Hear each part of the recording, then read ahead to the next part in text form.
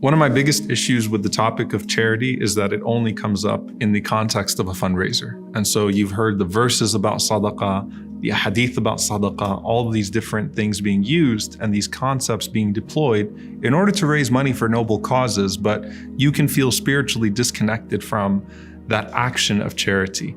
And I remember sitting at a fundraiser with Imam Siraj, and Imam Siraj said something so beautiful about this particular hadith.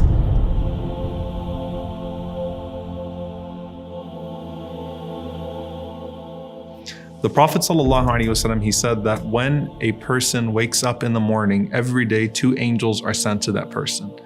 One angel says, Allahumma a'ti munfiqan khalafa. The other one says, Allahumma a'ti mumsikan talafa. O Allah, give to the one who gives, and O Allah, withhold from the one who withholds. Okay? So Imam Siraj said very beautifully, he said that there's a book, a record book right now. The angels are recording those amounts. It's not just the people putting them into the Excel sheets or documenting the numbers themselves. And he said, when your name is there, do you want there to be a 0 next to your name, or do you want there to be something else, right? So this idea of never allowing there to be a 0 next to your name when it comes to sadaqah. Now, this hadith about the 2 angels descending and saying, Allahumma a'ti munfiqan khalafa, Allahumma a'ti mumsikan talafa, O Allah, give to the one who gives and withhold from the one who withholds. This is obviously in accordance with your capacity. But there's another hadith in Ibn Hibban, which is a beautiful visual to take with this. The Prophet ﷺ said that verily there's an angel at one of the gates of paradise that is holding on to that gate of Jannah and saying, Man yuqrid al-yawm yujza ghadan. Man yuqrid al-yawm yujza ghadan. Whoever gives a beautiful loan today will be given a beautiful reward tomorrow. Whoever gives a beautiful loan today will be given a beautiful reward tomorrow. And as he's hanging on to the gates of Al-Jannah, what he means is that paradise that Allah subhanahu wa ta'ala has promised for the believers and promised as a reward for generosity. And the Prophet ﷺ said that on another gate of Jannah, there's an angel saying, Allahumma a'ti munfiqan khalafa, Allahumma a'ti mumsikan talafa. O Allah, give to the one who gives, and O Allah, withhold from the one who withholds. This is also in a hadith that the Prophet ﷺ mentioned, that there was a man that was walking one day, and as he was walking, he heard this voice from the clouds that said, Asqi hadiqata fulan. Irrigate the garden of so-and-so. Water the garden of so-and-so.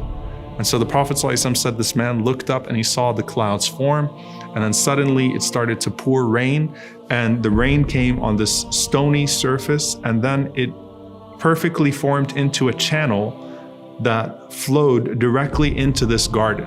So he followed where the water was going, and he saw that it was going perfectly into this man's garden, and he saw the man that was then distributing the water across his garden.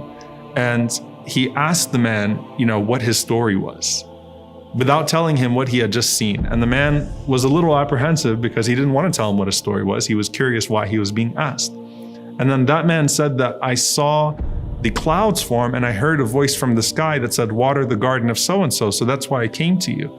And subhanAllah, that man responded, he said, everything that I earn, I cut it into threes. So I have 1/3 that is for my family, 1/3 that I invest, and 1/3 that I give in charity. And that's how I allocate all of my wealth. 1/3 for my family, 1/3 I invest, and 1/3 that goes to sadaqah. So this is the divine equation for good in our lives. Now, what I'd want for you to take from this, beyond just the angels and things of that sort, charity should be a daily habit. Don't wait for the fundraisers. Don't wait for somebody to invite you to Jannah, right? This is your place. This is your reward. This is something between you and Allah subhanahu wa ta'ala. And this is especially true when people are not attending the fundraisers that they typically would because of their circumstances, right? This is particularly true now that you push yourself and you don't hesitate, and charity becomes due upon you every single day, even if it's a small amount. One of the things that my parents did, may Allah have mercy on my mother and preserve my father. We used to have, for one of the charities, Qubat al-Sakhra, the dome of the rock, and the dome would come off and we would put some charity in there every single day. And so whether it's $1 that you put in a day or you put in a coin a day, then it was just to get everyone in the habit of putting in something, a penny, a nickel, something every single day that goes towards sadaqah. And then at the end of the month, we'd give it away in charity. And so even when you're thinking about your families, if you've taken a course with me before, even if you take like a 2-liter bottle and call it our Jannah bottle, and teach your family that, look, every single day we're going to give something in sadaqah. Because if I could find the most righteous person in the world and say, hey, I want you to make dua for my well-being every single day. If I had that moment to find the most righteous person in the world and say, hey, I want you to remember me every single day and ask Allah to give me, then all of us would take that opportunity.